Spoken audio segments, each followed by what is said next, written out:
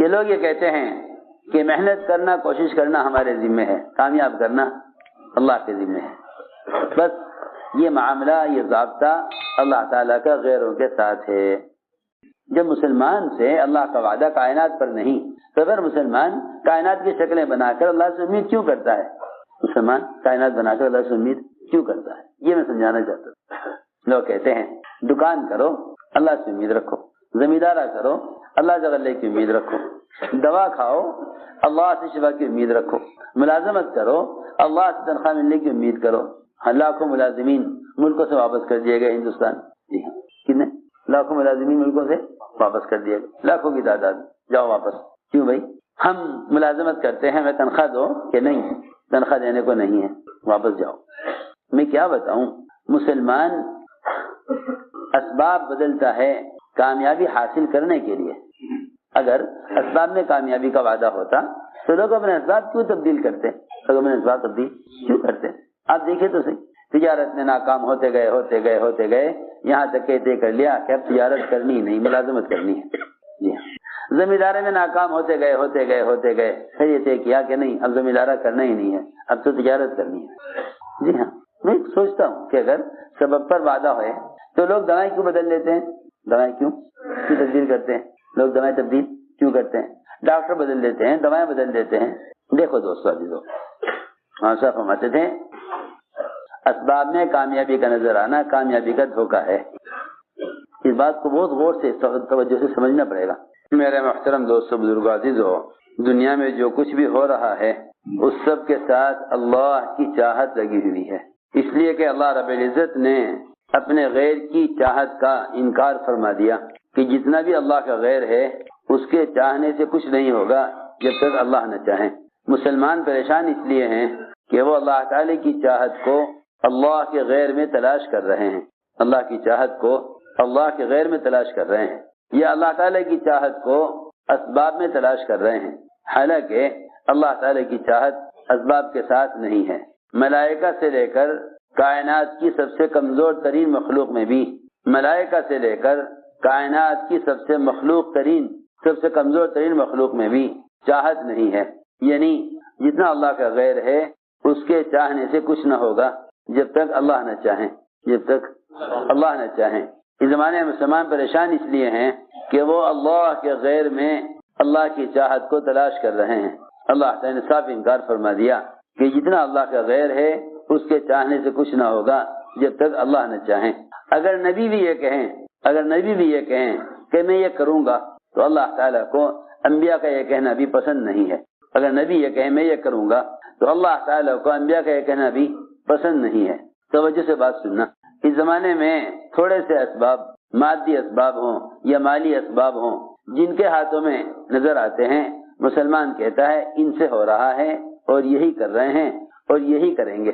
جن کے ہاتھوں میں تھوڑا سا مال، تھوڑے سے اسباب، مسلمان دیکھتا ہے فوراً یہ کہہ بیٹھتا ہے اگر یہ چاہیں گے تو ہو جائے گا.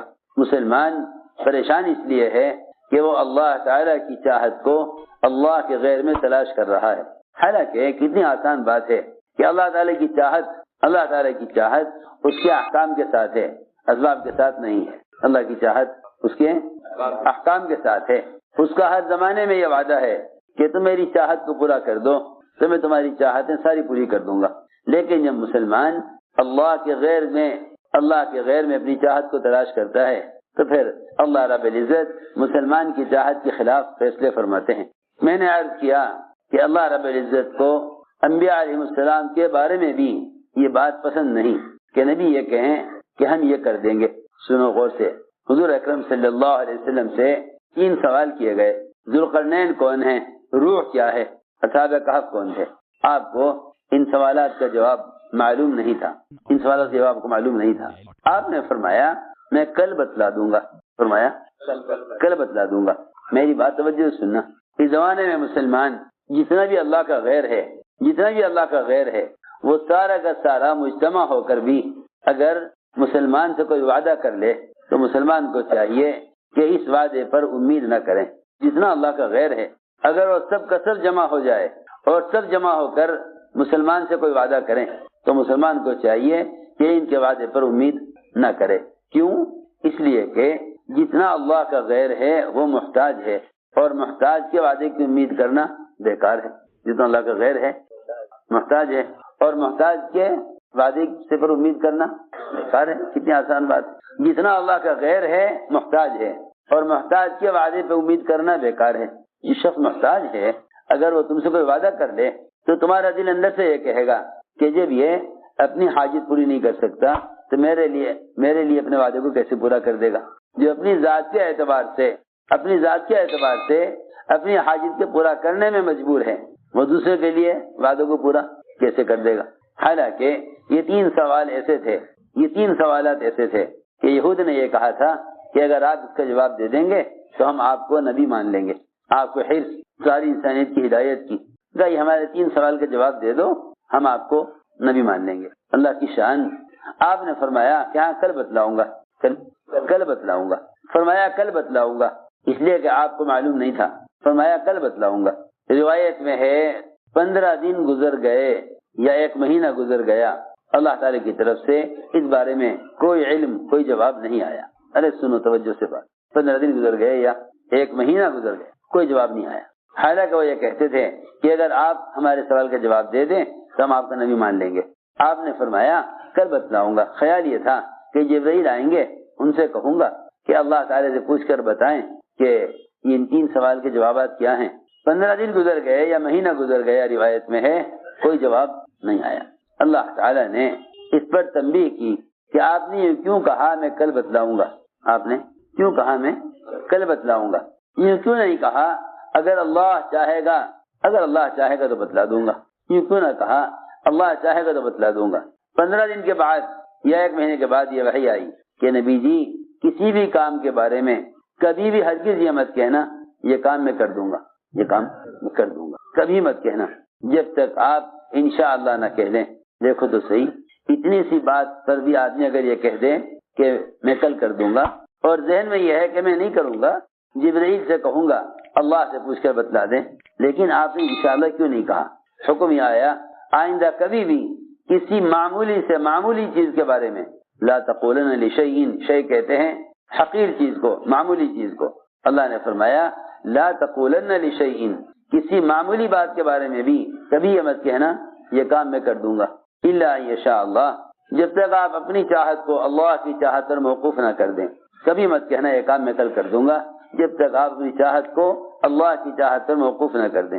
سلیمان علیہ السلام کو اللہ تعالی نے ہر قسم کے اسباب دیے، ہر قسم کی مخلوق پر اختیار دے دیا، جنات بھی تابع، شیاطین بھی تابع، ہوا بھی تابع، دریا بھی تابع، سارے پرندے چرندے سب تابع، جس سے جو چاہتے تھے اللہ کی مخلوق میں سے، جس سے جو چاہتے تھے وہ کام لیتے تھے، جسے جو چاہتے تھے وہ کام لیتے تھے۔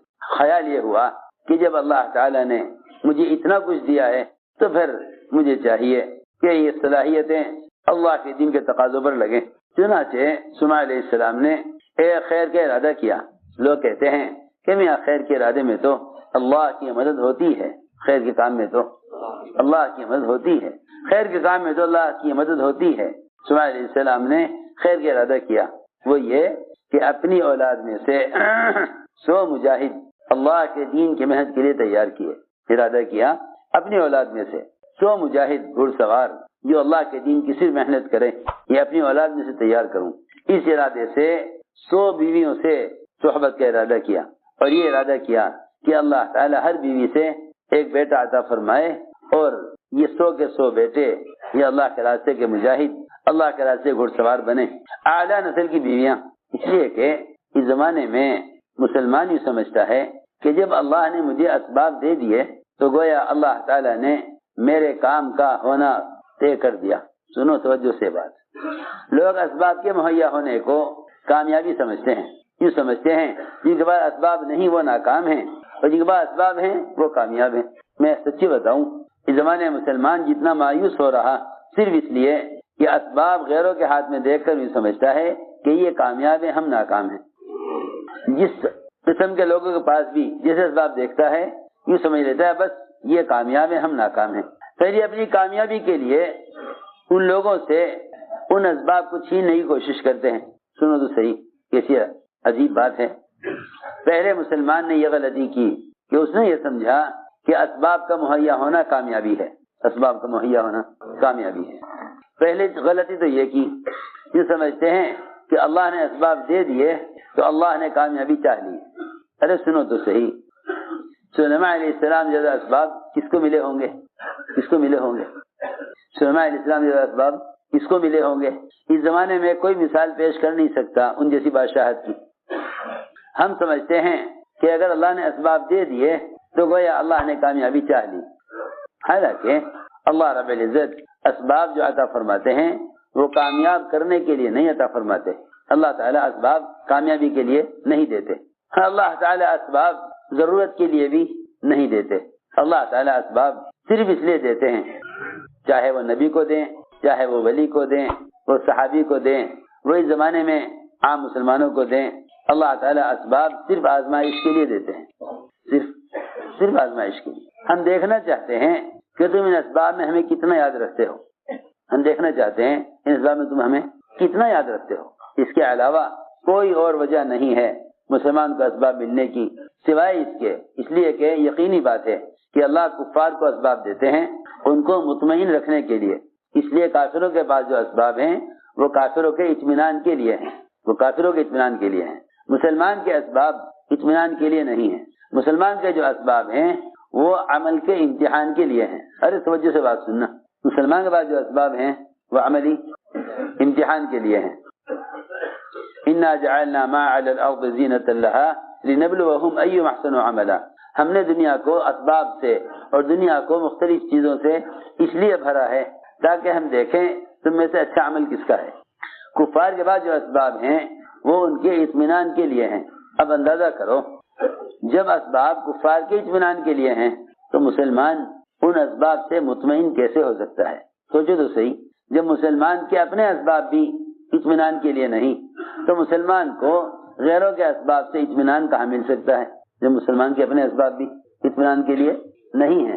ہماری بات توجہ چاہتی ہے، جب مسلمان کے اپنے بعض جو اسباب ہیں وہ بھی اس کے اطمینان کے لیے نہیں ہیں تو پھر مسلمان جو اسباب غیروں کے پاس ہیں ان اسباب سے مسلمان مطمئن کیسے ہو سکتا ہے؟ میں نے ایک بات عرض کی ہے کہ جب مسلمان یہ دیکھ لیتا ہے کہ اسباب میں کامیابی ہے تو پھر یہ غیروں سے ان اسباب کو حاصل کرنے کی کوشش کرتا ہے، غیروں سے ان اسباب کو حاصل کرنے کی کوشش کرتا ہے۔ یہ چاہتا ہے جو اسباب ان کے پاس ہیں اگر وہ اسباب ہمیں مل گئے تو ہم کامیاب ہو جائیں گے، کیونکہ وہ غیروں کو ان کے اسباب میں کامیابی کی نظر سے دیکھ رہا۔ جس ملک میں، جس علاقے میں، جس زمانے میں بھی مسلمان غیروں کو ان کے اسباب میں کامیاب سمجھے گا، مسلمان ان اسباب کو حاصل کرنے کی کوشش کرے گا، مسلمان ان اسباب کو حاصل کرنے کی کوشش کرے گا۔ وہ چاہے گا یہ اسباب مجھے مل جائیں تاکہ ہم بھی کامیاب ہو جائیں۔ اس زمانے کے مسلمانوں کی شکایت یہ ہے کہ سارے اسباب پر غیروں کا قبضہ ہے، سارے اسباب پر غیروں کا قبضہ ہے۔ کاش یہ اسباب ہمیں بھی مل جاتے تاکہ ہم غالب آ جاتے۔ سوچو تو صحیح، مسلمان کی تمنا ہے یہ کہ سارے اسباب پر غیروں کا قبضہ ہے، ہمیں بھی اسباب مل جاتے تو ہم بھی کامیاب ہو جاتے۔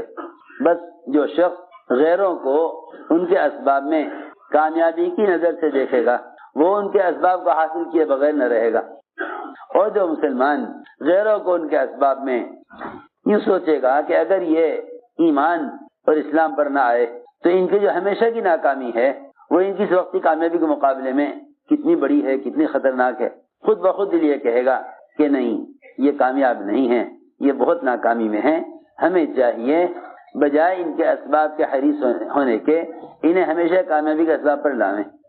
میں نے ایک بات عرض کی ہے، اس زمانے مسلمان یہ تمنا رکھتا ہے کہ کاش جو اسباب ان کے پاس ہیں اسباب ہمیں مل جاتے۔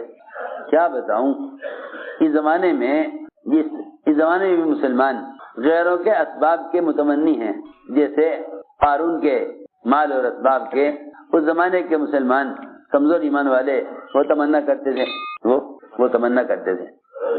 اس کے ملک و مال کو دیکھا، اس کے اسباب کو دیکھا تو تمنا کرنے لگے یا لیت لنا مثل ما اوتی قارون، کاش ہمارے پاس ہی وہ ہوتا جو قارون کے پاس ہے۔ کیونکہ نتیجہ دیکھے بغیر اور کفر کا انجام دیکھے بغیر جب مسلمان کے سامنے آخرت نہیں ہوتی تو وہ غیروں کو کامیابی کی نظر سے دیکھتا ہے۔ جو مسلمان کے سامنے آخرت نہیں ہوتی تو وہ غیروں کو کامیابی کی نظر سے دیکھتا ہے، حالانکہ اگر ان کے انجام کو غور کرے تو ان کی دنیا سے پناہ چاہے گا، ان کی دنیا سے پناہ چاہے گا۔ تو وہ تمنا کرنے لگے یا لیت لنا مثل ما اوتی قارون، جس زمانے کے مسلمان تمنا کرتے ہیں کہ سب کچھ انہیں ملا ہوا ہے، ہمارے پاس کچھ بھی نہیں ہے۔ عمر رضی اللہ تعالی عنہ نے جب اس بات کا تذکرہ کیا حضور اکرم صلی اللہ علیہ وسلم سے کہ یا رسول اللہ، یہ قیصر و کسریٰ باغات میں، محلات میں اور ناز و نعمتوں میں، اور آپ اللہ کے نبی سید الانبیاء، آپ کے گھر کا ساز و سامان جو کچھ ہے میں دیکھ رہا، ایک طرف دباغت بغیر دباغت دی ہوئی کھال لٹکی ہوئی ہے، ایک کونے میں کچھ جو پڑے ہوئے ہیں، آپ کا بدن بھی ایسے موٹے ٹاٹ پر ہے جس کے نشانات آپ کے جسم پر ہیں۔ حضرت عمر رضی اللہ تعالیٰ عنہ کی اس بات پر آپ اٹھ کر بیٹھے اور دونوں موڑے عمر کے پکڑ کے ہلائے، فرمایا خطاب کے بیٹے تو ابھی تک اس دھوکے میں ہے۔ فرمایا اولئک عجلت لهم طیباتهم، اللہ نے ان کو جو کچھ بھی دیا ہے اور جتنا ہے اگر اس سے بھی زیادہ ان کے پاس ہو تب بھی یہ سب آخرت کے اعتبار سے ٹوٹے میں اور نقصان میں ہیں اور واقعی قابل رحم ہیں۔ میں تو کہا کرتا ہوں کہ اس زمانے میں مسلمان سمجھتا ہے کہ ہم قابل رحم ہیں، کیا بتاؤں، جب تک مسلمان اپنے آپ کو مظلوم کہتا رہے گا مدد آئے گی نہیں، جب تک مسلمان اپنے آپ کو مظلوم کہتا رہے گا مدد آئے گی نہیں، جب تک مسلمان اپنے آپ کو مظلوم کہتا رہے گا اللہ کی مدد آئے گی نہیں۔ کیوں؟ اس لیے کہ مظلوم اس کو کہتے ہیں جو اللہ تعالیٰ کے احکام اور اللہ کی چاہت کو پورا کر دے، پھر اس پر ظلم کیا جائے تو وہ ہے مظلوم۔ مظلوم وہ ہے جو اللہ تعالیٰ کی چاہت کو پورا کر دے پھر اس پر ظلم کیا جائے، صرف یہی ہے اللہ کی نظر میں مظلوم۔ اس لیے کہ اللہ تعالیٰ کی نظر میں انبیاء مظلوم ہیں، صحابہ مظلوم ہیں، انبیاء مظلوم ہیں، صحابہ مظلوم ہیں۔ اللہ تعالیٰ کے احکام کو پورا کرنے کے بعد جو حالات پیش آئیں یہ حالات اتنی ہی جلدی مدد لائیں گے، لیکن اللہ کے احکام کو توڑ کر جو حالات آتے ہیں، اللہ کے احکام کو توڑ کر جو حالات آتے ہیں، اللہ کے احکام کو توڑ کر جو حالات آتے ہیں اس میں باطل کی پکڑ نہیں ہوتی، اس میں باطل کی پکڑ نہیں ہوتی۔ مسلمان انتظار کرتا ہے کہ باطل کی پکڑ ہو ان حالات پر، کہ نہیں، باطل کی پکڑ اس وقت جو ہوگی جب مسلمان حکم پورا کر کے مظلوم بنے، اس لیے کہ اللہ کے احکام کو توڑ کر حالات میں پڑنے والا بھی ظالم ہے۔ اللہ کے احکام کو توڑ کر جو حالات آئیں گے وہ حالات جو آئیں گے وہ حالات مدد نہیں لائیں گے، وہ حالات مدد نہیں لائیں گے۔ دیکھو غور سے سنو، تو میں نے عرض کیا کہ مسلمان غیروں کے مال اسباب کو دیکھ کر تمنا کرتا ہے کاش ہمارے پاس بھی یہ ہوتا، کیونکہ انجام سے واقف نہیں ہے، انجام سے واقف نہیں۔ اس لیے اللہ رب العزت نے ہر زمانے میں باطل کی ناکامی مسلمانوں کو اس لیے دکھلائی تھی تاکہ تم ان کے انجام سے باخبر رہو، ورنہ جن کے لیے ہمیشہ کا عذاب ہے ان کو دنیا میں اللہ عذاب نہیں دینا چاہتے۔ سنو توجہ سے بات، اللہ تعالی باطل کو دنیا میں ہلاک کرتے ہیں مسلمانوں کو جگانے کے لیے۔ سنو توجہ سے بات، اللہ باطل کو دنیا میں ہلاک کرتے ہیں مسلمانوں کو سمجھانے کے لیے۔ اللہ باطل کو ہلاک کرتے ہیں دنیا میں مسلمانوں کو سمجھانے کے لیے کہ دیکھو تم جو کچھ ان کے پاس ہے اس سے تم اپنی کامیابی کو مت سوچنا، اس لیے کہ جو کچھ ان کے پاس ہے جب وہ ان کے لیے ان کی کامیابی کے لیے نہیں ہے تمہاری کامیابی کے لیے کیسے ہو جائے گا؟ جو کچھ ان کے پاس ہے وہ ان کی کامیابی کے لیے نہیں تو کتنی آسان سی بات ہے۔ جو کچھ غیروں کے پاس ہے جب وہ ان کی کامیابی کے لیے نہیں تو پھر مسلمان ان سے کامیابی کی امید کیسے کر سکتا ہے؟ تو جب مسلمان باطل کے انجام سے بے خبر ہو جاتا ہے تو پھر مسلمان اس کی تمنا کرنے لگتا ہے کاش جو ان کے پاس ہے وہ ہمارے پاس بھی ہو۔ چنانچہ کمزور ایمان والوں نے تمنا کی یا لیتنا مثل ما اوتی قارون، کاش ہمارے پاس وہ ہوتا جو قارون کے پاس ہے۔ تو علماء نے کہا جنہیں اللہ نے علم دیا تھا، جنہیں اللہ کے وعدوں کا یقین تھا، انہوں نے کہا ویلکم، ارے ہلاکت ہو تمہاری، تم یہ کیا تمنا کر رہے؟ اللہ کی طرف سے عمل پر ملنے والا جو اجر ہے اور عمل پر جو وعدے ہیں وہ اس کی مالیت، اس کی حکومت سے کہیں زیادہ بہتر ہے۔ لیکن سمجھ میں نہ آئی، جیسے اس زمانے کے لوگ ہیں اگر ہاں جی ٹھیک ہے دین اپنی جگہ ہے لیکن اصل تو دنیا ہے، اس کے بغیر گزارا کیسے ہوگا؟ اللہ تعالیٰ نے جب قارون کو اس کے مال کے ساتھ دھسایا تو کل جو تمنا کر رہے تھے نا، کل جو لوگ تمنا کر رہے تھے کاش ہمارے پاس وہ ہوتا جو قارون کے پاس ہے، وہ کہنے لگے لولا امن اللہ علینا لخسف بنا، اگر اللہ نے ہمیں مال نہ دے کر، ہم پر احسان نہ کیا ہوتا تو ہم بھی ہلاک کیے جاتے، ہم بھی دسائے جاتے۔ سوچو تو صحیح، کل تو کہہ رہے تھے کہ اللہ نے احسان اس پر کیا ہے، آج کہہ رہے ہیں اللہ کا ہم پر احسان ہے کہ اللہ نے ہمیں مال نہیں دیا۔ سوچو تو صحیح، انجام کو دیکھ کر آدمی کے اندر کتنی سمجھ عقل آ جاتی ہے، اس کے انجام کو دیکھ کر کہنے لگے لولا امن اللہ علینا لخسف بنا، اگر اللہ نے پر احسان نہ کیا ہوتا تو ہم بھی دسائے جاتے۔ میں اس لیے عرض کر رہا تھا کہ اس زمانے مسلمان اس امید اور کوشش میں ہے کہ جو کچھ ان کے ہاتھ میں ہے ہمارے ہاتھ میں کیسے آ جائے، حالانکہ جو کچھ ان کے پاس ہے جب ان کی کامیابی کے لیے نہیں تو پھر مسلمان اس سے کامیابی کی امید کیسے کر سکتا ہے؟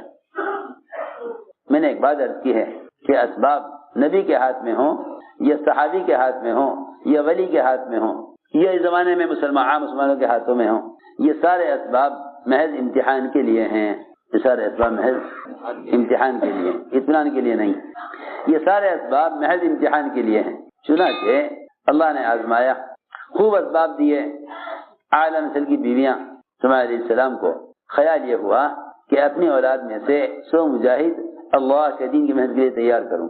100 عورتیں صحبت کی، 100 میں سے ایک عورت کو حمل ٹھہرا، 99 عورتوں کو حمل نہیں ٹھہرا، ایک کو حمل ٹھہرا۔ اول تو یہ دیکھ لو کہ 100 عورتوں میں سے ایک کو حمل ٹھہرا، وہ حمل بھی وقت سے پہلے اللہ نے ضائع کر دیا، یہ دکھانے کے لیے کہ اگر تم کسی کام میں 1% کامیاب ہو جاؤ تو وہ 1% کامیابی بھی ہمارے قبضے میں ہے، ہم جب چاہیں گے ناکام کر دیں گے۔ وہ تو بھائی آدمی پریشان جب ہوتا ہے جب وہ کامیابی اور ناکامی کو اللہ کے غیر میں تصور کر لیتا ہے، اس لیے بات ذہن میں رہے سب کے کہ اللہ تعالیٰ کی مشیت، اس کی چاہت کائنات کے نقشوں میں نہیں ہے، اللہ تعالیٰ کی جو چاہت ہے اس کی رضا جو ہے اور ایمان والوں کی چاہت کے مطابق فیصلوں کا ہونا ہے، اس کا تعلق محض اللہ کے احکام سے ہے، اسباب سے نہیں ہے۔ سمیہ علیہ السلام نے اس ناکامی کو دیکھ کر سمجھ لیا کہ ہم سے کوئی غلطی ہوئی ہے، حالانکہ خیر کا ارادہ ہے، لیکن سمجھ گئے کہ ہم سے کوئی غلطی ہوئی ہے۔ فرمایا حضور اکرم صلی اللہ علیہ وسلم نے کہ اگر سلیمان علیہ السلام اس وقت انشاءاللہ کہہ لیتے تو 100 کی 100 بیویوں سے 100 بیٹے پیدا ہوتے اور سب اللہ کے راستے کے گھڑ سوار و مجاہد بنتے، مگر سمیہ علیہ السلام انشاءاللہ کہنا بھول گئے۔ سوچنے کی بات ہے، وہ اسباب جو اللہ نے انبیاء علیہ السلام کو راضی ہو کر دیے ہیں، جب انبیاء علیہ السلام ان اسباب میں اللہ کی چاہت کے بغیر اپنے ارادے سے کامیاب نہیں ہو سکتے تو پھر اس زمانے میں جو اسباب اللہ نے غیروں کو ناراض ہو کر دیے ہوئے ہیں، مسلمان ان اسباب سے امید کیسے کر سکتا ہے؟ سوچنے کی بات ہے۔ وہ اسباب جو اللہ نے انبیاء علیہ السلام کو راضی ہو کر دیے ہیں، وہ ان اسباب میں اللہ کی چاہت کے بغیر کامیاب نہیں ہو سکتے، تو پھر مسلمان اس زمانے میں غیروں کو ان اسباب سے کیسے امید کیے ہوئے ہیں جو اسباب اللہ نے غیروں کو ناراض ہو کر دیے ہوئے ہیں؟ اس لیے ہمیں عرض کرنا چاہتے تھے کہ اللہ تعالیٰ کی چاہت اور اس کی قدرت اس کے احکام کے ساتھ ہے، ورنہ کائنات کی شکلیں تو محض عمل کے امتحان کے لیے ہیں کہ دیکھیں تمہیں اچھا عمل کرنے والا کون ہے، اسی لیے دنیا کو مزین کیا تاکہ دیکھیں کہ تم کسی بنی ہوئی چیز کو دیکھ کر بنانے والے کو بھول تو نہیں جاتے، کیونکہ بنا ہوا بنانے والے کے تعارف کے لیے ہے، بنانے والے کے تعارف کے لیے ہے۔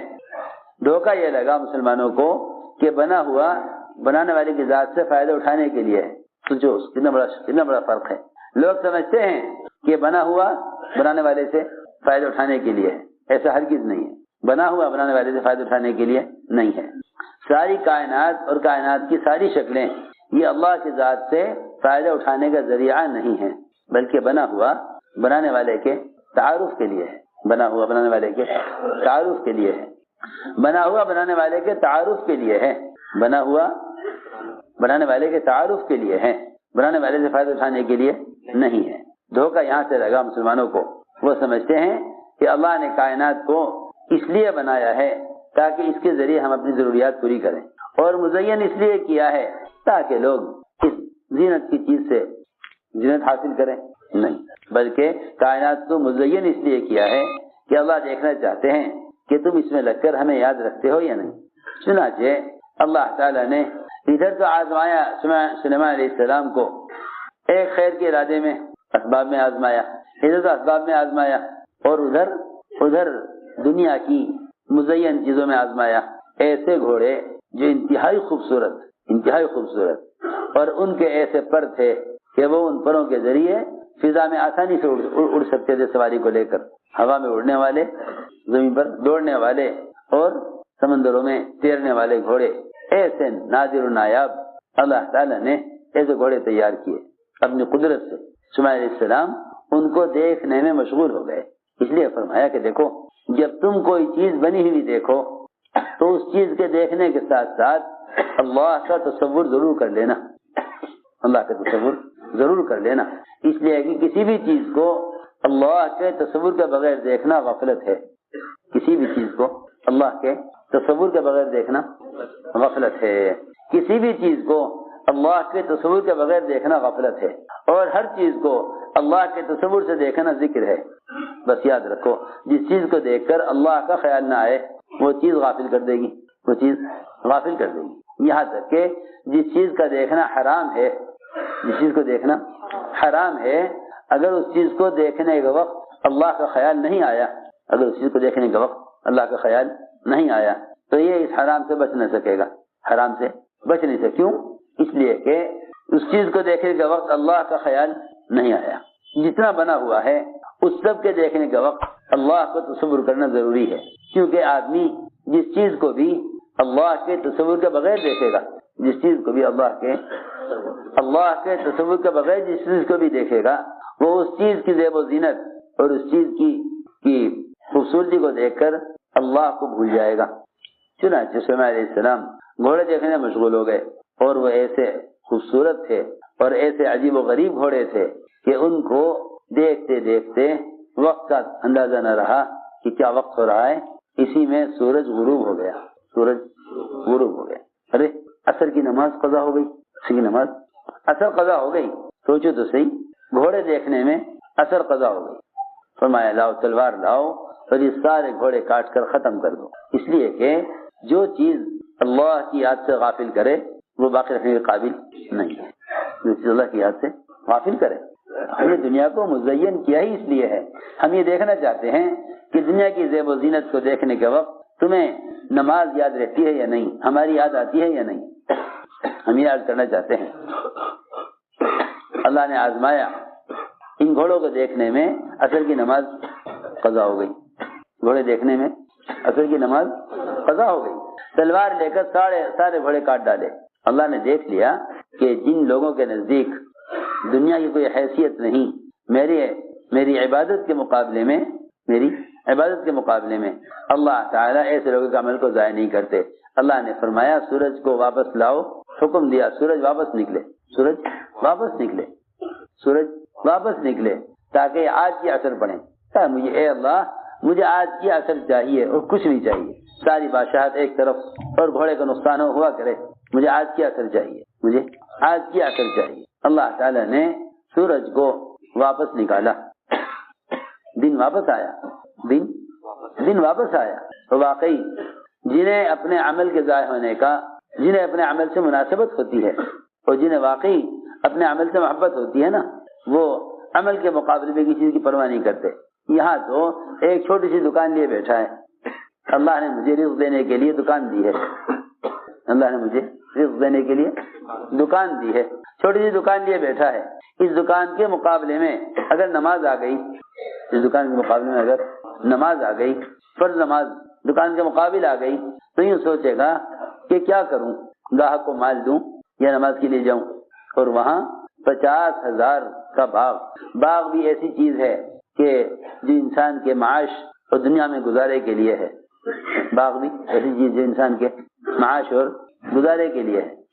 وہاں تو گھوڑے دکھلائے اللہ نے، سلیمان علیہ السلام کو تو گھوڑے دکھلائے، وہ گھوڑے دیکھنے میں اثر بھول گئے، حالانکہ گھوڑے معاش کے لیے نہیں تھے، وہ گھوڑے وہ تو دل لگی کے لیے، یا یہ کہا جائے کہ زیب و زینت کے لیے، جی ہاں کہیں کے لیے زیب و زینت کے لیے، فَلَكُمْ فِيهَا جَمَالٌ حِينَ تُرِيحُونَ وَحِينَ تَسْرَحُونَ، کہ یہ جمال اور فخر کے لیے بھی ہوتے ہیں۔ سنو توجہ سے بات، وہاں تو عصر کی نماز قضا ہوئی صرف گھوڑے دیکھنے کی وجہ سے، فریضہ قضا ہوا۔ میں عرض کر رہا کہ صحابی باغ میں نماز پڑھ رہے، وہی ایک آمدنی کا ذریعہ، وہی ایک آمدنی کا ذریعہ۔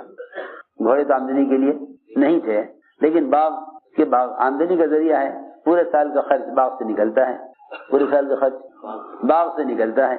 وہاں نفل نماز پڑھ رہے تھے صحابی، باغ میں نفل نماز پڑھ رہے تھے۔ ظاہر بات ہے کہ وہ ممکن ہی نہیں تھا کہ فرض نماز باغ میں پڑھیں، فرض نماز باغ میں پڑھیں، ممکن ہی نہیں تھا کہ بھائی نماز تو مسجد میں پڑھی جاتی ہے۔ یہ ظاہر بات ہے کہ وہ فرض نماز باغ میں کیا پڑھتے ہیں، نفل ہی پڑھ رہے تھے۔ نماز کے دوران نظر پڑی، انگور کا خوشہ لٹکا ہوا تھا، اس پر پرندہ بیٹھ کر انگور کھا رہا تھا۔ وہ منظر اتنا خوبصورت لگا، اس پرندے کی خوبصورتی اور لٹکا ہوا خوشہ انگور کا۔ ایک روایت میں ہے اس انگور کے خوشے پر نظر پڑی اور یاد نہ رہا کہ رکعت کون سی ہے، حالانکہ نفل نماز ہے، نفل نماز ہے، فرض تو نہیں تھا۔ یہ آپ گمان کر لیتے، جو غالب گمان ہوتا کہ بھئی اگر غالب گمان یہ ہے کہ 3 رکعت ہوئی تو ایک اور پڑھ لیتے، غالب گمان یہ کہ 1 رکعت ہوئی تو ایک اور پڑھ لیتے، جو غالب گمان اس پر عمل کر لیتے۔ لیکن جب یہ دیکھا کہ اس انگور پر پرندے کے بیٹھنے کا منظر یہ کہ اس پرندے کو باغ سے نکلنے کا راستہ نہ ملا، اتنا گھنا باغ تھا، اتنا گھنا باغ تھا کہ پرندہ اس کے اندر اڑتا رہا، لیکن پتوں کی زیادتی اور درختوں کے گھنے ہونے کی وجہ سے پرندے کو باغ سے نکلنے کا راستہ نہیں ملا۔ تھوڑی دیر ذہن اس پہ رہا، جس سے یاد نہ رہا کہ نفل کی رکعت کون سی۔ اللہ اکبر! جنہیں نفل نماز میں باغ کی وجہ سے خلل پیدا ہو، انہوں نے اس باغ کو فوراً صدقہ کر دیا، اس باغ کو فوراً صدقہ کر دیا کہ جو باغ جو سبب، حالانکہ باغ کوئی دل لگی کے لیے نہیں بلکہ معاش کے لیے ہے، معاش کے لیے ہے، اسی پر مدار ہے، پورے سال کے خرچے سے نکلتا ہے۔ جو نوافل کو میں خلل پیدا ہونے کی وجہ سے 50,000 کے باغ کو فوراً صدقہ کر دیں، یہ کہہ کر کہ اس باغ کی وجہ سے نفل نماز خراب ہوئی ہے، ان کے یہاں فرائض کا اہتمام کتنا ہوگا، ان کے لیے فرائض کا اہتمام کتنا ہوگا جو نفل کے لیے باغ چھوڑ دیں کہ نوافل اس زمانے میں تو لوگ نوافل کو زائد چیز سمجھتے ہیں، حالانکہ نفل زائد نہیں ہے بلکہ نوافل مزید ہیں، نوافل مزید ہیں، زائد نہیں۔ زائد تو کہتے ہیں فضول کو، نعوذ باللہ، زائد تو کہتے ہیں ایسی چیز جس کا کرنا کوئی ضروری نہیں ہے، زائد ہے۔ نوافل زائد نہیں ہے بلکہ نوافل مزید ہیں، جی ہاں نوافل مزید ہیں۔ وَوَهَبْنَا لَهُ إِسْحَاقَ وَيَعْقُوبَ نافلہ، نفل کہتے ہیں مزید کو، کہ ہم نے اتنے انعامات تو کیے لیکن ابراہیم کو اسحاق اور یعقوب اور مزید دیے، جی ہاں نفل کہتے ہیں مزید کو، زائد کو نہیں۔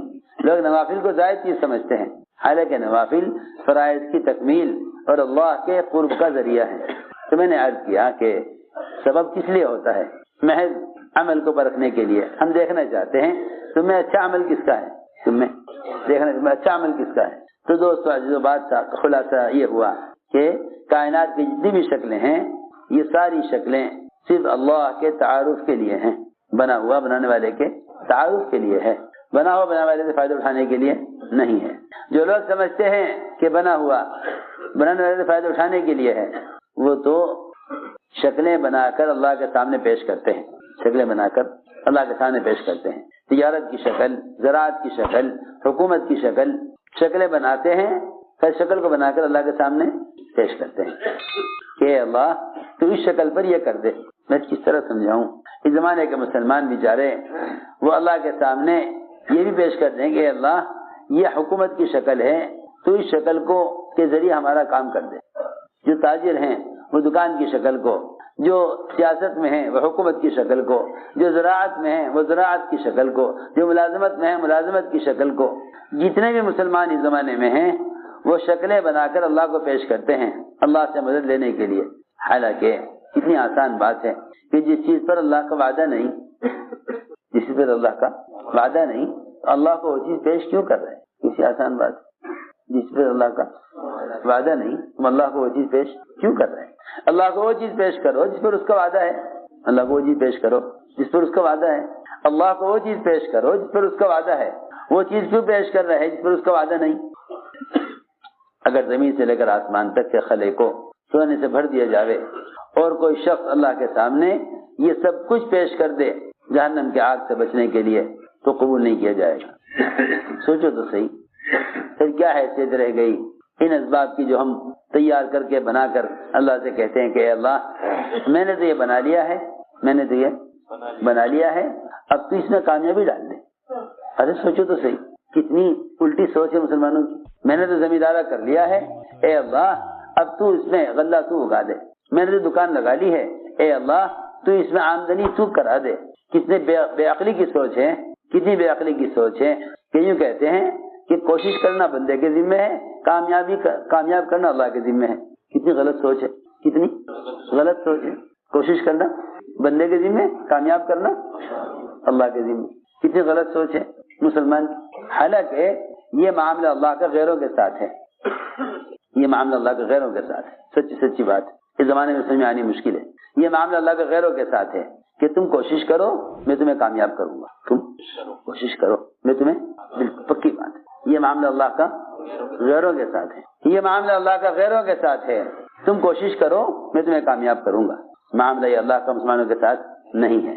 مسلمان غلط سوچ رہا ہے کہ زراعت، تجارت، ملازمت اس پر ہم کوشش کریں گے، کامیاب اللہ کرنے والے ہیں، نہیں۔ دیکھو میرے دوستو عزیزو، اللہ کی مشیت کو اسباب میں تلاش مت کرو۔ جب اسباب پر وعدے نہیں تو اسباب کے ساتھ اللہ کی چاہت کیوں ہوگی؟ اللہ کی قدرت وعدوں کے ساتھ ہے نا، اور وعدے جو ہیں وہ حکموں کے ساتھ ہیں، وعدے حکموں کے ساتھ ہیں، شکلوں کے ساتھ نہیں ہیں، شکلوں کے ساتھ۔ خوب سمجھ لو اچھی طرح سے، کسی غلط خیال میں مت جانا، جو میں کہہ رہا ہوں اس کو سمجھنا ضروری ہے۔ لوگ اس رخ پر چل رہے ہیں کہ کوشش کرنا ہمارے ذمہ، کامیابی اللہ کے ذمہ۔ پھر تو اس کا مطلب یہ ہوا کہ کائنات ضابطہ بن جائے گی، لوگ کائنات میں محنت کریں گے، اللہ سے امید کریں گے۔ حالانکہ کتنی صاف بات ہے کہ کائنات پر محنت کرنے والے سے، کائنات میں محنت کرنے والے کو اللہ سے امید کرنے کا کوئی حق نہیں، کائنات میں محنت کرنے والے کو اللہ سے امید کرنے کا کوئی حق نہیں، کائنات میں محنت کرنے والے کو اللہ سے امید کرنے کا کوئی حق نہیں۔ کائنات پر محنت کر کے تو وہی امید کر سکتا ہے نا اللہ سے جس سے اللہ نے کائنات پر وعدہ کیا ہو۔ ہماری بات توجہ سے سنو، کائنات پر محنت کر کے تو اللہ سے امید وہی کرے گا نا جس سے اللہ نے کائنات پر وعدہ کیا ہے۔ کسی آسان بات ہے، کائنات پر محنت کر کے تو اللہ سے امید اس کو کرنی چاہیے جس سے اللہ تعالیٰ نے کائنات پر وعدہ کیا ہے۔ جن سے کائنات پر وعدہ نہیں کیا، جن سے اللہ نے کائنات پر وعدہ نہیں کیا، وہ کائنات پر محنت کر کے اللہ سے امید کیوں کریں؟ ہم یاد کرنا چاہتے ہیں جب مسلمان سے اللہ کا وعدہ کائنات پر نہیں، تو اگر مسلمان کائنات کی شکلیں بنا کر اللہ سے امید کیوں کرتا ہے؟ مسلمان کائنات بنا کر اللہ سے امید کیوں کرتا ہے؟ یہ میں سمجھانا چاہتا ہوں۔ لوگ کہتے ہیں دکان کرو اللہ سے امید رکھو، زمیندارہ کرو اللہ سے غلے کی امید رکھو، دوا کھاؤ اللہ سے شفا کی امید رکھو، ملازمت کرو اللہ سے تنخواہ ملنے کی امید کرو۔ لاکھوں ملازمین ملکوں سے واپس کر دیے گئے ہندوستان، جی ہاں، کتنے لاکھوں ملازمین ملکوں سے واپس کر دیے گئے، لاکھوں کی تعداد، جاؤ واپس۔ کیوں بھائی؟ ہم ملازمت کرتے ہیں، ہمیں تنخواہ دو کہ نہیں، تنخواہ دینے کو نہیں ہے، واپس جاؤ۔ میں کیا بتاؤں، مسلمان اسباب بدلتا ہے کامیابی حاصل کرنے کے لیے۔ اگر اسباب میں کامیابی کا وعدہ ہوتا تو لوگ اپنے اسباب کیوں تبدیل کرتے؟ لوگ اپنے اسباب تبدیل کیوں کرتے؟ آپ دیکھیں تو صحیح، تجارت میں ناکام ہوتے گئے یہاں تک کہ طے کر لیا کہ اب تجارت کرنی نہیں، ملازمت کرنی ہے۔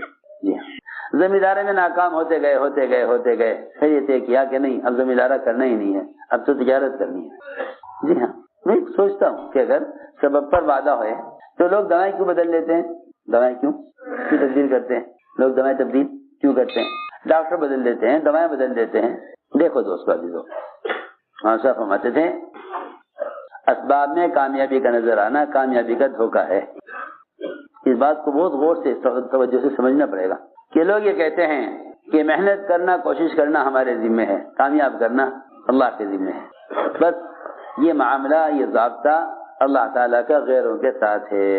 تم شکلیں بناؤ، میں ہر شکل میں تمہارے لیے کامیابی کا فیصلہ کروں گا. یہ اللہ کا وعدہ قرآن میں ہے. کن سے؟ غیروں سے. جی ہاں، یہ وعدہ اللہ کا قرآن میں غیروں سے ہے. جی ہاں، کہ ہم تمہیں دنیا میں کے اعتبار سے ذرہ برابر بھی نقصان میں نہیں رکھیں گے. ان الذين لا يرجون لقاءنا ورضوا بالحياة الدنيا واطمأنوا بها، کہ جو ہم سے ملنے کی امید نہیں رکھتے ہیں اور آخرت کا انکار کرتے ہیں، وہ دنیا کے اسباب سے راضی ہو گئے اور مطمئن ہو گئے. دنیا سے مطمئن ہو گئے. مسلمان کے لیے کائنات کے نقشے سبب نہیں. مسلمان کے لیے کائنات کے نقشے سبب نہیں. مسلمان کے لیے اللہ کا امر اور احکام اور اعمال یہی اسباب ہیں. اس کا مطلب ہرگز یہ نہیں کہ مسلمان اسباب اختیار نہ کرے، کیونکہ اگر مسلمان اسباب اختیار نہیں کرے گا، توجہ سننا بات، اگر مسلمان اسباب اختیار نہیں کرے گا تو میں یہ نہیں کہتا کہ حاجت پوری نہیں ہوگی، بلکہ میں یہ کہتا ہوں کہ اگر مسلمان اسباب اختیار نہیں کرے گا تو پھر مسلمان امتحان سے نہیں گزرے گا. اللہ تعالیٰ نے اسباب رکھے ہیں امتحان کے لیے. ہم تمہیں تجارت سے گزاریں گے اور ایسا لازم اور ضروری ہوگا تمہارے لیے تجارت کرنا، کیونکہ اللہ تعالیٰ نے تمہاری فطرت میں تجارت کی ضرورت رکھی ہے، فرشتوں میں نہیں رکھی. نہ سونے کی، نہ بیوی کی، نہ تجارت کی، نہ بھوک پیاس کی. وہ روزہ رکھیں تو ان کا روزہ کیا، وہ جاگتے رہیں تو ان کا جاگنا کیا. جی ہاں، لیکن مسلمان کو جو احکام دیے ہیں وہ سارے احکام اس کی طبیعت اور فطرت کے خلاف دیے ہیں. دیکھو سنو، نیند کا تقاضا دیا، نماز فرض کر دی. نیند کا تقاضا نماز فرض کہ نہیں، نیند سے اٹھ کر نماز پڑھو. یہ نہیں کہ جب آنکھ کھلے پڑھ لو. یہ تو وہ لوگ کرتے ہیں، اللہ مجھے معاف فرماوے، جن کے نزدیک نماز کی کوئی اہمیت نہیں ہوتی، یہ تو وہ کرتے ہیں کہ بھائی جب آنکھ کھلے پڑھ لیا کرو. نہیں، حرام ہے نماز کو قضا کرنا، حرام ہے، اگرچہ نیند کی وجہ سے کیوں نہ ہو. حالانکہ نیند موت کی بہن ہے، لیکن نماز کو قضا کرنا اگرچہ سونے کی وجہ سے بھی ہو تب بھی حرام ہے. یہ نہیں، آج کل مزاج یہ بن گیا کہ نہیں تو سو رہے تھے نا. ہاں، حضور اکرم صلی اللہ علیہ وسلم کی ایک مرتبہ سونے میں نماز قضا ہوئی، وہ بھی اللہ نے اس لیے کی تاکہ آپ اس بات کی تعلیم دے سکیں لوگوں کو کہ اگر نماز قضا ہو جائے تو اس کو کیسے پڑھا جائے، نماز کی قضا کیسے ہو. صرف اس لیے کہ لوگوں کو قضا نماز کے پڑھنے کا مسئلہ بتلانے کے لیے اللہ نے نماز آپ کی قضا کرائی. میں نے عرض کیا کہ نیند کا تقاضا رکھا، نماز فرض کر دی. بھوک کا تقاضا رکھا، روزہ فرض کر دیا. بھوک کا تقاضا، روزہ فرض. مال کا تقاضا رکھا، زکوٰۃ فرض کر دی. تو میں عرض کرتا ہوں کہ اگر مال کا تقاضا نہ رکھتے تو زکوٰۃ دینا کوئی کمال ہوتا؟ اگر مال کا تقاضا نہ رکھتے تو زکوٰۃ دینا کوئی کمال ہوتا؟ اگر نیند کا تقاضا نہ رکھتے تو نماز پڑھنا کوئی کمال ہوتا؟ اگر خواہش کا تقاضا نہ رکھتے تو زنا سے بچنا کوئی کمال ہوتا؟ اگر خواہش کا تقاضا نہ رکھتے انسان کے اندر تو زنا سے بچنا کوئی کمال ہوتا؟ ادھر خواہش کا تقاضا رکھا انسان کے بدن میں اور زنا کو حرام کیا. اسی طرح تجارت بھی ہے، ایسے ہی تجارت بھی ہے. یہ ہمیں کرنا ایسے ہی تجارت بھی ہے کہ کمانے کا تقاضا رکھا اور کمائی کے لائن کا حکم دیا کہ ایسے کماؤ. اس لیے تجارت اصل نہیں ہے، تجارت میں جو حکم ہے وہ اصل ہے. اس حکم کی وجہ سے تجارت سے گزار رہے ہیں. جیسے نماز فرض کی ہے اور نیند مسلط کر دی کہ اس نیند کو چھوڑو نماز کے لیے، نیند کو چھوڑو نماز کے لیے. پانی کو چھوڑو روزے کے لیے، پانی کو چھوڑو روزے کے لیے. یہ تھی بات.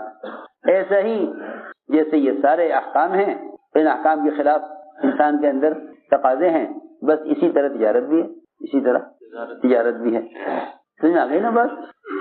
تو میں نے آج یہ کرنا ہے کہ تجارت سے گزاریں گے اس لیے تاکہ دیکھیں کہ یہ اس تجارت میں حلال کماتا ہے یا حرام. اور جب اس کی تجارت اس کی ضرورت کے مقابلے میں نماز آتی ہے تو یہ تجارت کو نماز کے لیے چھوڑتا ہے یا نہیں؟ تجارت کو نماز کے لیے. اب بتلاؤ، نماز سبب ہوئی یا تجارت سبب ہوا؟ تجارت سبب ہوئی یا تجارت میں سچائی اور تجارت میں حکم کو پورا کرنا سبب ہوا؟ تجارت سبب نہیں ہے بلکہ تجارت میں حکم سبب ہے. جیسے نماز اور مقابلے میں تجارت، تو نماز سبب ہے، تجارت سبب نہیں ہے. ہم یہ عرض کرنا چاہتے ہیں. تو بات صاف ہو گئی بات یہ صاف ہو گئی کہ مسلمان یہ نہ کہے کہ بھائی ہم کوشش تو کر رہے ہیں تجارت میں، کامیابی اللہ کے ہاتھ میں ہے. یہ کہے کہ ہم کوشش کرتے ہیں حلال کمانے کی، کامیابی پھر بھی اللہ کے ہاتھ میں ہے. جی ہاں، اور حلال کما کر بھی اللہ تعالیٰ مال نہ دیں تو اللہ کے ذمہ لازم نہیں کہ حلال کمانے والے کو اللہ تعالیٰ مال دے دیں. سنو تو صحیح، حلال کما کر بھی اللہ مال نہ دیں تو ہم اللہ تعالیٰ کے اس فیصلے سے راضی ہیں، کیونکہ مسلمان دنیا میں مسلمان کا حصہ نہیں ہے، دنیا تو غیروں کا حصہ ہے، ہمارا حصہ تو آخرت میں ہے. جتنے صحابہ مالدار گزرے ہیں، ایک صحابی بھی مالدار صحابی دنیا سے خوش نہیں گیا، حالانکہ اللہ کو مال راضی ہو کر دیا. یہ عجیب بات ہے، اللہ نے صحابہ کو مال راضی ہو کر دیا ہے. اللہ نے صحابہ کو مال راضی ہو کر دیا ہے، مگر کوئی صحابی ایسا نہیں ہے جو دنیا سے خوش گیا ہو. مالدار صحابہ میں ہر ایک کو اس بات کا فکر تھا کہ شاید اللہ نے دنیا میں دے کر نمٹا دیا، آخرت میں نہیں ملے گا. جی ہاں، ابن العاص رضی اللہ تعالیٰ عنہ موت کا وقت قریب آیا تو دیوار کی طرف منہ کر رونے لگے. لوگوں نے ان کے کارنامے یاد دلائے، ابھی آپ کیوں پریشان ہو رہے، آپ نے تو یہ کیا. فرمانے لگے کہ تم ہمیں آخرت کے اعتبار سے مطمئن کر رہے. ہم پر 3 دور گزرے ہیں. ایک زمانہ گزرا ہے کفر کا، اس میں مر جاتے تو سیدھے جہنم میں جاتے. پھر زمانہ گزرا اسلام میں، ابتدائی اسلام کا، فقر کا زمانہ، اسلام اور فقر و فاقہ، اس میں مر جاتے تو سیدھے جنت میں جاتے. پھر جب محنت کرتے کرتے اللہ کے وعدے ہمارے لیے پورے ہوئے اور فتوحات ہونے لگی، اب پتہ نہیں آخرت میں کیا ہوگا. اللہ یوں کہیں گے آخرت میں کہ تمہیں دنیا میں تمہاری محنت کا بدلہ مل چکا ہے، دنیا میں مل چکا ہے. سوچو تو صحیح، ہائے جنہوں نے اللہ کو راضی کر کے کچھ حاصل کیا دنیا میں، وہ تو سمجھتے تھے کہ اللہ ناراض ہیں اور اللہ نے دنیا میں دے کر نمٹا دیا ہے. اور جو لوگ اللہ کو ناراض کر کے کما رہے ہیں وہ کہتے ہیں ہاں جی ہمیں آخرت میں ملے گا. سنو تو صحیح، بس اس بات کو اچھی طرح سمجھ لو کہ اب آخر جب یہ بات سمجھ میں آ گئی کہ مسلمان کا راستہ یہ نہیں کہ سبب پر محنت کر کے اللہ سے امید کرے، تو پھر مسلمان کے لیے کیا راستہ ہے؟ مسلمان کا راستہ یہ ہے کہ وہ محنت کرے عملوں پر اور اللہ کے سامنے عمل پیش کرے.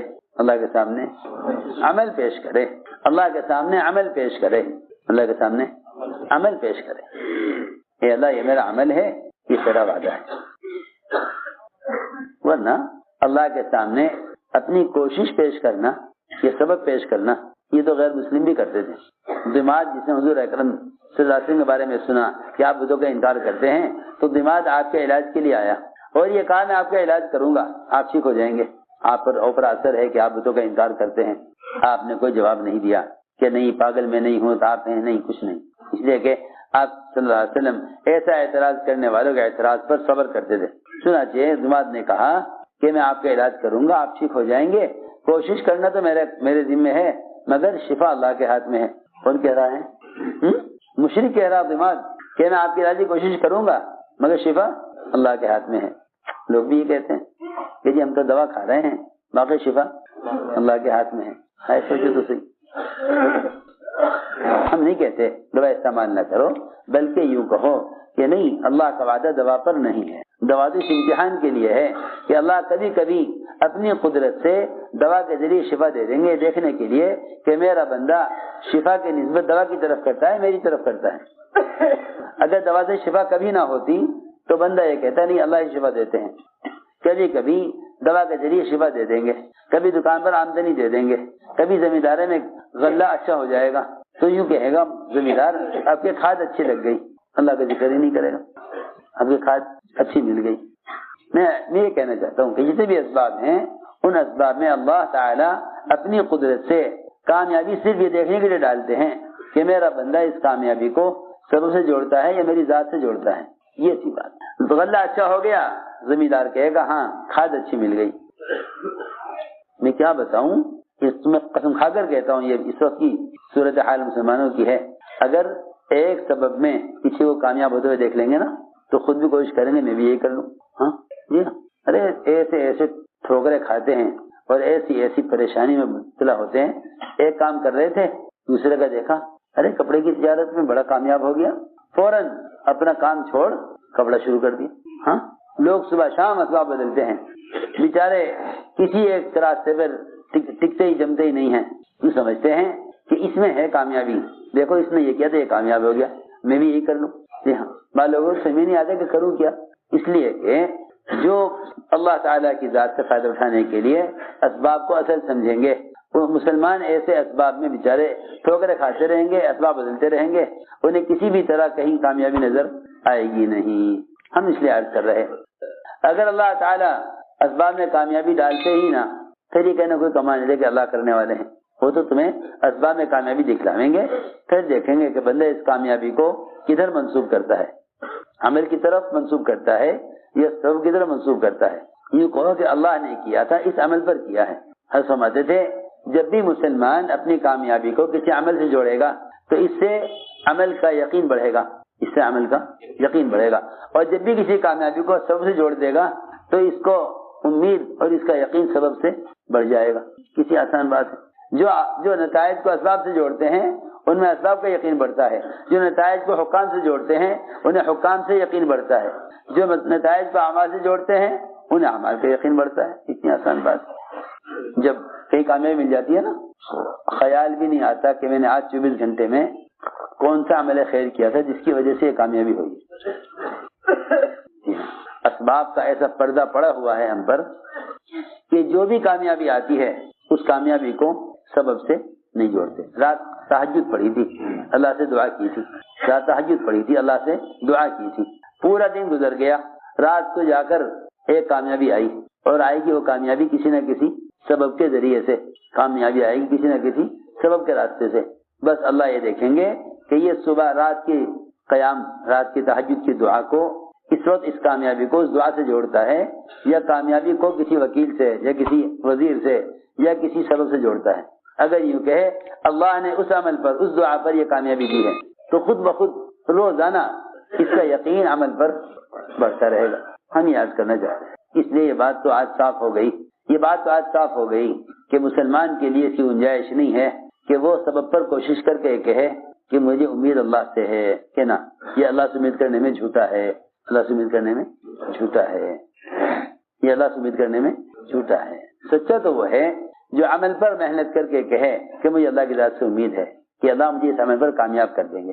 جی ہاں، یہ حدیث میں ہے نا کہ وہ شخص عاجز ہے جو اپنے نفس کی خواہش کے پیچھے پڑا ہوا ہے اور اللہ سے لمبی لمبی امیدیں کیے ہوئے ہیں، اللہ یہ کر دیں گے، اللہ یہ کر دیں گے، اللہ یہ کر دیں گے۔ جی کامیاب وہ ہے جو آخرت والے اعمال کی فکر کرے، وہ عقل مند ہے، وہ عقل مند ہے۔ تو میں نے عرض کیا کہ یہ اس چیز کو سمجھنے کے لیے صحابہ کرام اور پچھلی امتوں کی کامیابی کے واقعات سنا کرو، تب معلوم ہوگا کہ عمل اور سبب میں کیا فرق ہے۔ میں عرض کرتا ہوں، 3 آدمی غار میں داخل ہوئے، 3 آدمی غار میں داخل ہوئے، چٹان سر کی، راستہ بند ہو گیا۔ کسی نے یہ نہیں کہا اے اللہ کسی فرشتے کے ذریعے، کسی جن کے ذریعے، کوئی طاقت ہو ایسی جس کے ذریعے چٹان یہاں سے ہٹا دے۔ ہر ایک نے یہ کہا کہ دیکھو تمہاری کامیابی اور یہاں سے چٹان سے نکلنے اور جان بچانے کے لیے اور کوئی ذریعہ نہیں ہے سوائے اس کے کہ تم اللہ کے سامنے وہ اعمال پیش کرو جو اعمال تم نے دوسروں کے نفع کے لیے اور دوسروں کو فائدہ پہنچانے کے لیے کیے ہیں۔ ٹھیک ہے، واقعے میں ہر ایک نے اپنا عمل پیش کیا، ایک نے والدین کے ساتھ احسان کا، ایک نے چچا کی لڑکی کے ساتھ احسان کا، ایک نے مزدور کے ساتھ احسان کا عمل پیش کیا۔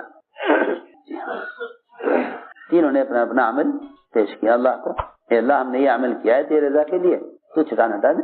کسی نے یہ نہیں کہا فرشتے کو بھیج دے، کسی جن کو بھیج دے، یا کوئی زلزلہ لے آ، جھٹکا لے آ کوئی پہاڑ میں جس سے یہ چٹان سرک جاوے، یا کوئی پانی کا دھارا ہو جو چٹان کو کچھ سرکا دے۔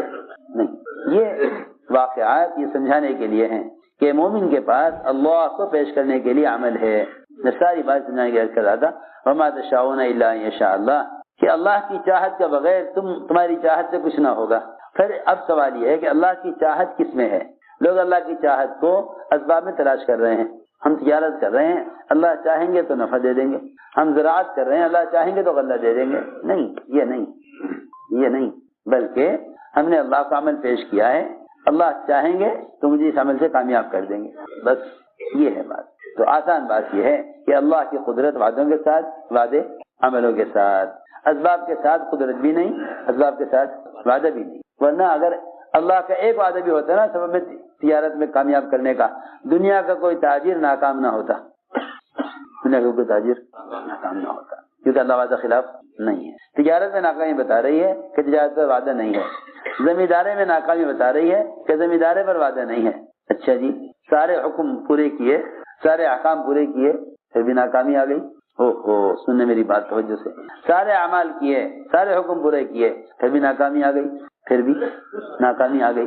مسلمان یہ سوچتا ہے کہ جب میں نے سارے اللہ کے احکام پورے کیے پھر ناکامی کیوں آئی ہے؟ کہ نہیں، یہ ناکامی نہیں ہے، یہ تو نبیوں کی لائن کی کامیابی ہے. سمجھتے تھے کہ حاجت کا پورا ہونا کامیابی نہیں ہے. حاجت کا پورا ہونا، بس جب مسلمان یہ سمجھ لے گا کہ حاجت کا پورا ہونا کامیابی ہے تو حاجت کے پورا ہونے پر مطمئن، اور نہ پوری حاجت پوری نہ ہو تو پریشان. حالانکہ حاجت کا پورا ہونا کامیابی نہیں ہے، حاجت کا پورا ہونا کامیابی نہیں ہے. حکم کا پورا ہونا کامیابی ہے، حکم کا پورا ہونا کامیابی ہے، حاجت کا پورا ہونا کامیابی نہیں ہے. کہ اللہ میں نے حکم پورا کر دیا. ایک صاحب بیمار ہو گئے، مولانا صاحب رحمۃ اللہ علیہ ان کی عیادت کے لیے گئے. حضرت پڑھ کر دم کیا تو ایک میوات کے ساتھی وہ 2 رکعت نماز پڑھ کے دعا مانگ کے انہوں نے بھی اس پہ دم کر دیا. ایک صاحب کہنے لگے کہ بھئی تمہارے دم کرنے سے کیا ہوگا؟ دیکھو میرے دم کرنے سے کیا ہوگا کیا نہیں ہوگا تو اللہ جانے، میں نے تو اللہ کا حکم پورا کیا ہے، میں نے تو اللہ کا کیا ہوگا، شفا ہوگی نہیں ہوگی اللہ جانے، میں نے تو حکم پورا کیا ہے، میں نے تو حکم پورا کیا ہے کہ اللہ کا حکم ہے استعینوا بالصبر والصلاۃ، کہ لو اللہ تعالیٰ کی مدد صبر نماز کے ذریعے. میں نے تو حکم پورا کیا ہے، باقی اللہ تعالیٰ جانے کہ اس کو بیمار رکھنے میں مصلحت ہے، اس کو موت دینے میں اس کی مصلحت ہے. ہم پریشان جب ہوتے ہیں جب ہماری چاہت کے مطابق کام نہیں ہوتا. عمل بھی کیا، دعا بھی کی، صدقہ بھی کیا، سب کچھ کیا، لیکن اس طرح چاہ رہے تھے اس طرح نہیں ہوا. جی ہاں، جس طرح چاہ رہے تھے اس طرح نہیں ہوا تو یوں سوچے گا کہ عمل بھی ضائع ہو گیا، دعا بھی قبول نہیں ہوئی. حالانکہ جب حکم پورا کر دیا تو اب یہ 100% مطمئن ہے، 100% مطمئن ہے، کیونکہ اسے نہیں معلوم کہ اللہ رب العزت میری سوچ کے مقابلے میں اپنی قدرت سے اس سے زیادہ بہتر کرنے والے ہیں. جو میں چاہ رہا تھا اللہ اس سے بہتر کرنے والے ہیں. سنو تو صحیح، جتنے بھی حالات مسلمانوں پر ہیں وہ مایوسی کا شکار جب ہوتے ہیں جب ان سے 2 غلطیاں ہوتی ہیں. ایک غلطی تو یہ کہ پہلے اللہ کا حکم توڑتے ہیں، پھر اللہ تعالیٰ نقشے توڑتے ہیں. اگر حکم پورا کرتے ہوئے نقشہ ٹوٹ رہا ہے پھر تو بہت بڑی نعمت ہے اللہ کی طرف سے. مسلمان حکم پورا کرے اور غیر ان نقشوں کو توڑے تو اللہ تعالیٰ کی مدد اتنی ہی جلدی آئے گی. اور تو اصل میں مسلمانوں نے ہی مدد کو پیچھے کیا ہوا ہے، مسلمان مدد کو پیچھے کر رہے ہیں، مسلمان مدد کو پیچھے کر رہے ہیں، مسلمان مدد کو پیچھے کر رہے ہیں. ورنہ اگر مسلمان حکم پورا کرنے پر آ جاوے تو پھر مسلمان پر ظلم اللہ برداشت نہیں، اللہ کے ہاں پھر اس کی گنجائش نہیں ہے. اللہ تعالیٰ فوراً مدد لے آتے ہیں، اللہ مدد فوراً لے آتے ہیں، اللہ مدد فوراً لے آتے ہیں. تو میں نے عرض کیا کہ ساری بات کا خلاصہ یہ ہے کہ اللہ تعالیٰ کی مشیت، اس کی چاہت کو اس کے احکام میں تلاش کرو، اس کے احکام میں تلاش کرو، اسباب میں نہیں. اللہ کی مشیت کو اللہ کے احکام میں تلاش کرو، اسباب میں نہیں. اس لیے کہ کائنات اللہ کا ضابطہ نہیں ہے، کائنات اللہ کا ضابطہ نہیں ہے. اللہ کا ضابطہ اللہ کا دین ہے، اللہ کا ضابطہ اللہ کا دین اللہ کا ضابطہ ہے، کائنات ضابطہ نہیں ہے. اللہ تعالیٰ نے جو نصرت کا وعدہ کیا ہے، اللہ نے نصرت کا وعدہ کیا ہے، وہ نصرت کا وعدہ 2 چیزوں پر کیا ہے.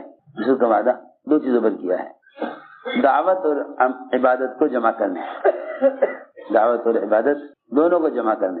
مسلمان اگر دعوت عبادت دونوں کو جمع کر لے تو اللہ رب العزت کی طرف سے یقینی طور پر مدد کا وعدہ ہے. اگر مسلمان دعوت عبادت دونوں کو جمع کر لے، کیونکہ اللہ تعالیٰ نے شرط لگائی ہے قرآن میں، ان تنصروا اللہ ینصرکم ویثبت اقدامکم، کہ اگر تم اللہ کے دین کا مددگار ہو تو اللہ تمہاری مدد کرنے والے ہیں اور تمہارے قدموں کو دین پر جمانے والے. کیا مطلب قدموں کے جمانے کا؟ دیکھو اس کا مطلب یہ ہے کہ جب سارا باطل جمع ہو کر تمہیں اللہ کے ایک حکم سے روکنا چاہے گا تو سارا باطل مل کر تمہیں اللہ کے حکم سے ہٹا نہیں سکتا. یہ مطلب ہے قدم کے جمنے کا، کیونکہ استقامت ہی یہی ہے. کہ آدمی اللہ کے احکام پر جمے باطل کے مقابلے میں. یہ نہیں کہ جتنے دین پر چلنے کا موقع ملا چل دیے, جتنا دین کا موقع نہ ملا چھوڑ دیا اس کو. اللہ تعالیٰ کی طرف سے دین پر قدموں کے جمنے کا وعدہ اور نصرت کا وعدہ اس پر ہے کہ تم اس کے دین کے ناصر مددگار بنو. اور دین کی نصرت یہ ہے کہ تم دوسروں کو دین پر آمادہ کرو. دین کی نصرت کیا ہے؟ دوسروں کو دین پر آمادہ کرو. دین کی نصرت یہ ہے کہ تم دوسروں کو دین پر آمادہ کرو. اس لیے فرمایا ان تنصروا اللہ ینصرکم ویثبت اقدامکم. اللہ تمہارے قدموں کو جما دیں گے دین پر اگر تم دوسروں کو دین پر آمادہ کر رہے ہو. جتنی غیبی مددیں صحابہ کی ہوئی ہیں اس کی بنیادی وجہ صرف یہ تھی کہ وہ دوسروں کو دین پر لانے کی کوشش کیا کرتے تھے. اللہ نے قرآن میں شرط لگائی ہے کہ تم اس کے دین کے مددگار بنو, وہ تمہاری مدد کرے گا اور تمہارے قدموں کو دین پر جما دے گا. میرے دوستو عزیزو, جب کوئی بندہ اللہ کے بندوں کو اللہ کی طرف بلاتا ہے پھر اس کے مقابلے پر کوئی آ جاوے, اس کی دنیا کے مقابلے پر, اس کے دین کے مقابلے پر, اس کے شرعی احکام کے مقابلے پر, تو اللہ تعالی دعوت کی وجہ سے دشمن کے مقابلے پر خود آ جاتے ہیں.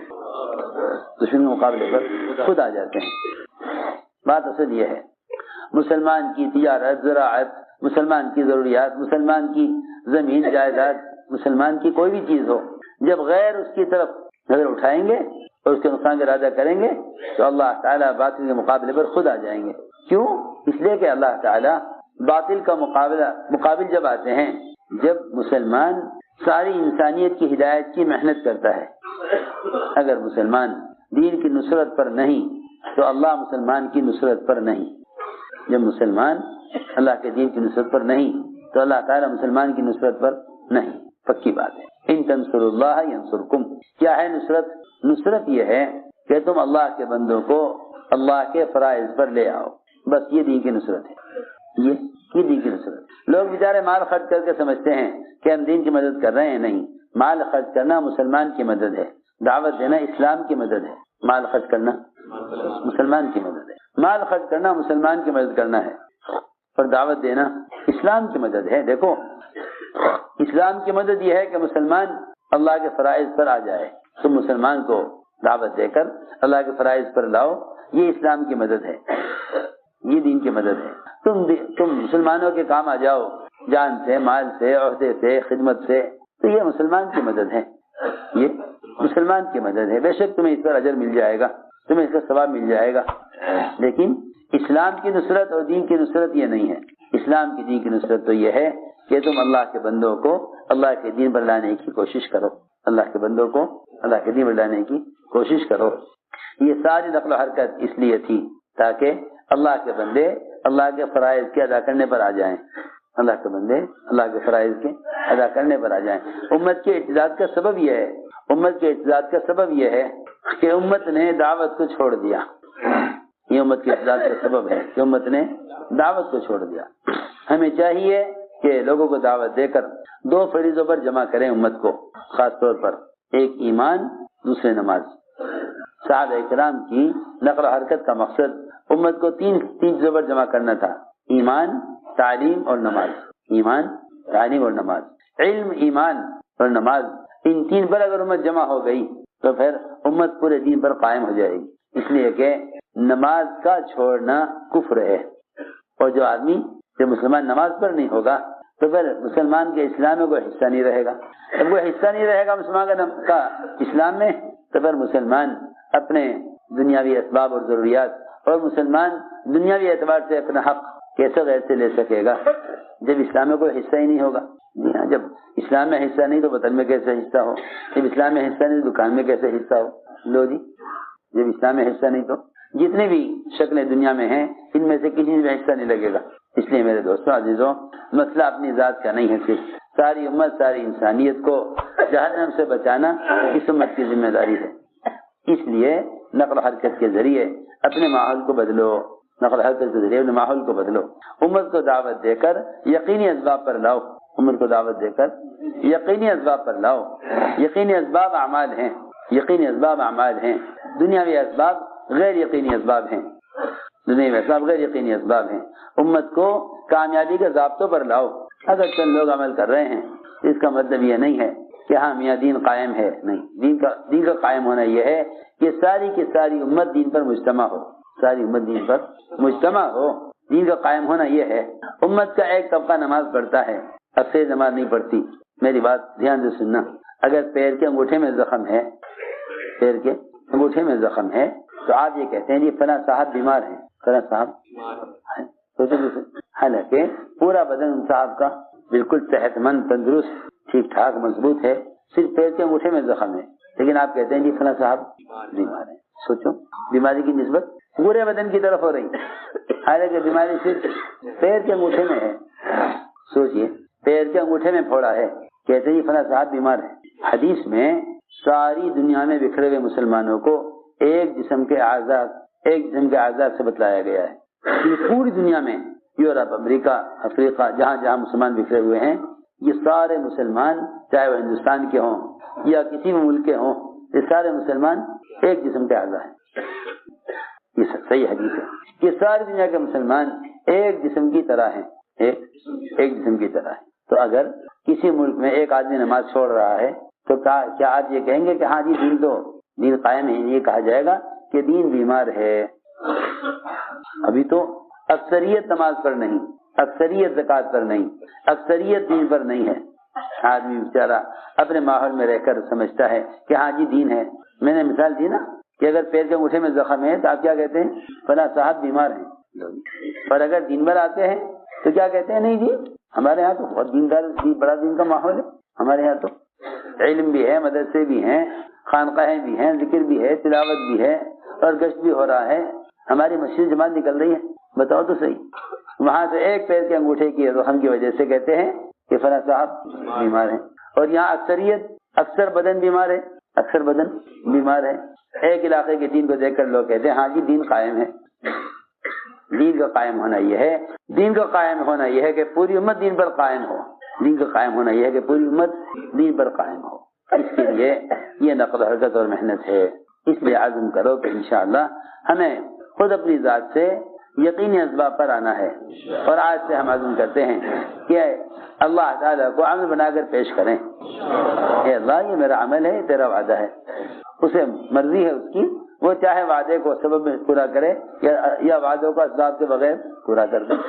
صحابہ کی زندگی میں دونوں شکلیں ہیں کامیابی کی، کئی سبب میں کامیابی لائے، کئی اسباب کے بغیر کامیابی لائے۔ صحابہ کی زندگی میں آپ دیکھیں گے دونوں شکلیں ہیں۔ اس زمانے میں ایک ہی شکل رہ گئی، صرف لوگ کہتے ہیں کہ ولی کی کرامت ہی ہو سکتی ہے کہ بغیر سبب کے کام ہو جاوے۔ حالانکہ ایسا نہیں ہے۔ اس زمانے میں بھی اگر مسلمان اللہ کو عمل پیش کرے تو اللہ تعالیٰ عمل پر اسباب کے بغیر آج بھی کر کے دکھلاویں۔ لیکن جو بیچارے یہ سمجھتے ہیں کہ میرے اللہ کے درمیان سبب ہی اصل ہے، انہیں اعمال سے کامیابیاں نظر کیسے آ سکتی ہیں؟ بس عزم کرو انشاءاللہ۔ ذمہ داری اجتماعی ہے، انفرادی نہیں ہے۔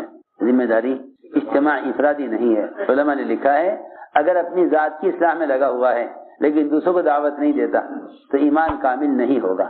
علماء نے لکھا ہے کہ اگر اپنی ذات سے اپنے نفس کی اصلاح میں پوری کوشش کر رہا ہے اور سارے اعمال کر رہا ہے، نماز، روزہ، حج، زکوٰۃ، ذکر، تلاوت، عبادت، اتباع سنت، سب کچھ کر رہا مگر دوسروں کو دعوت نہیں دیتا تو ایمان کامل نہیں ہوگا۔ ارے سنو تو صحیح، کسی عجیب بات ہے، لکھا علماء نے کہ اگر اپنی ذات سے اپنے نفس کی اصلاح کی پوری کوشش کر رہا ہے لیکن دوسروں کو دعوت نہیں دیتا تو ایمان کامل نہیں ہوگا۔ ایمان کی تکمیل اس میں ہے کہ دوسروں کو ایمان اعمال صالحہ پر آمادہ کرے۔ اس آمادگی کے لیے نقل و حرکت ہے، اس آمادگی کے لیے نقل و حرکت۔ بس عزم کرو انشاءاللہ اپنی ذات سے کرنا ہے، پوری امت کے اس پر لانا ہے۔ ہمت کر کے فرماؤ۔ جو علماء ماشاءاللہ سال لگائے ہوئے ہیں وہ عرب سال کے دن آپ کو پیش کریں، جو علماء سال کے لیے آئے ہیں وہ سال پیش کریں، 4 علماء لگائے ہوئے ہیں وہ عزم کریں اپنے کھلے خط کے ساتھ ملکوں میں جانے کا۔ ہمت کر کے فرماؤ۔ 1 لاکھ روپے کہاں سے بھائی؟ بھوپال۔ اللہ قبول فرمائے جی۔ 5 میں کہاں سے؟ اللہ قبول جی۔ محمد جی 5 اللہ قبول فرمائے، ماشاء اللہ۔ اور فرمائے